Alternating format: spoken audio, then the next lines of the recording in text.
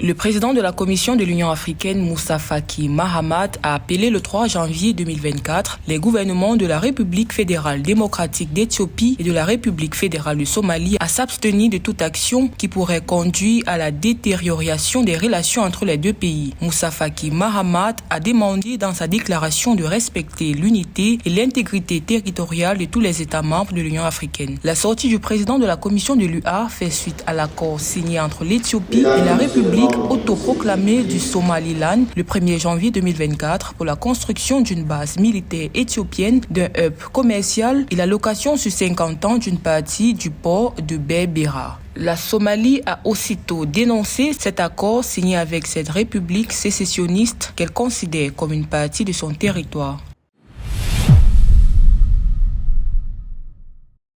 La gravure des métaux tels que l'or, l'argent, le cuivre a été ajoutée en décembre 2023 au patrimoine culturel immatériel de l'humanité par l'Organisation des Nations Unies pour l'éducation, la science et la culture UNESCO. La gravure sur métaux qui permet de façonner des symboles ou motifs sur des objets décoratifs, religieux ou utilitaire est pratiquée dans une dizaine de pays arabes à travers le monde, dont l'Égypte, le Maroc, le Soudan ou encore la Tunisie. Outre la gravure sur métaux, parmi les arts et pratiques séculaires de certaines communautés, l'UNESCO a aussi choisi d'inscrire la Mahadra de Mauritanie au patrimoine culturel immatériel de l'humanité. Encore appelée Université du désert, la Mahadra permet de transmettre des connaissances traditionnelles et des expressions littéraires dans un cadre communautaire avec des personnes assises sous une tente.